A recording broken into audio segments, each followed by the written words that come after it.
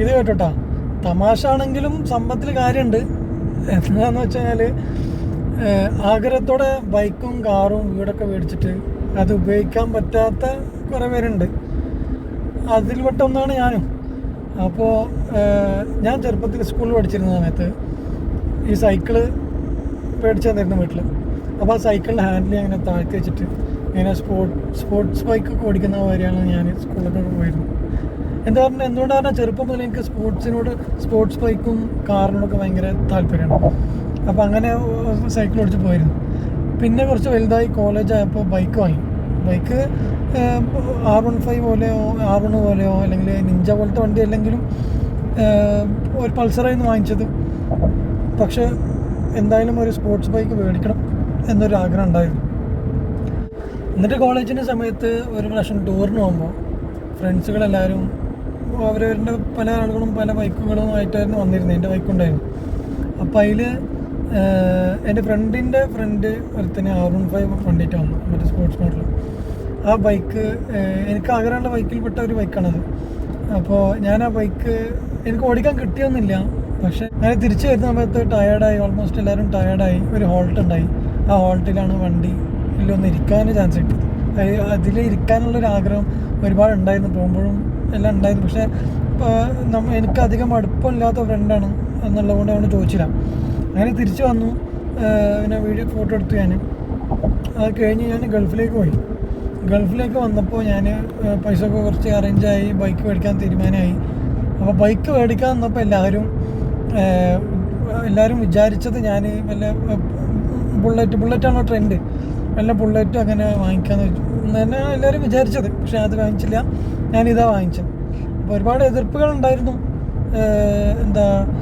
ഇതിൽ ലേഡീസ് ഇരിക്കാൻ പറ്റില്ല, നീ കല്യാണം കഴിച്ച് കഴിഞ്ഞാൽ നിൻ്റെ വൈഫ് എങ്ങനെ ഇരുന്ന് പോവും, പിന്നെ ഇത് ബുദ്ധിമുട്ടാണ്. കുറേ പേര് കളിയാക്കിയതുണ്ട്. കളിയാക്കിയതല്ല, ഇങ്ങനെ നിങ്ങൾ രണ്ടുപേരും കിടന്ന് ഉറങ്ങിയിട്ടായിരിക്കും ബൈക്കിൽ പോകാന്നൊക്കെ പറഞ്ഞിട്ട് അത് ആ മൈൻഡിലേ ഞാൻ എടുത്തിട്ടുള്ളൂ. പിന്നെ വൈഫിനോട് ചോദിച്ചിരുന്നു, നീ എങ്ങനെയാണ് ബൈക്കിലൊക്കെ പോകണം, നിങ്ങൾക്ക് ബൈക്കിലൊക്കെ പോകാൻ പറ്റുന്നുണ്ടാവിൻ്റെ എന്നൊക്കെ ചോദിച്ചിട്ട്. ഇപ്പം ആർക്കും പ്രശ്നമൊന്നുമില്ല.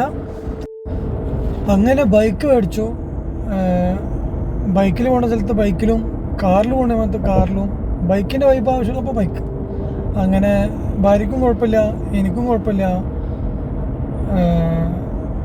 പശുവിടെ കടിയും തീർന്നു, ആനയുടെ കുടം തീർന്നു എന്ന് പറഞ്ഞ മാതിരി ആഗ്രഹങ്ങളൊക്കെ ചെയ്ത് തീർത്തു കാര്യം. അപ്പോൾ ഞാൻ പറഞ്ഞതിൻ്റെ ഉദ്ദേശം എന്താണെന്ന് പറഞ്ഞാൽ, ഞാൻ ആഗ്രഹിച്ച് വാങ്ങിച്ച ബൈക്ക് വർഷങ്ങളായെങ്കിലും ഞാനത് ഉപയോഗിച്ച ചുരുക്കം മാസങ്ങളാണ്, അധികം ഉപയോഗിച്ചിട്ടൊന്നുമില്ല.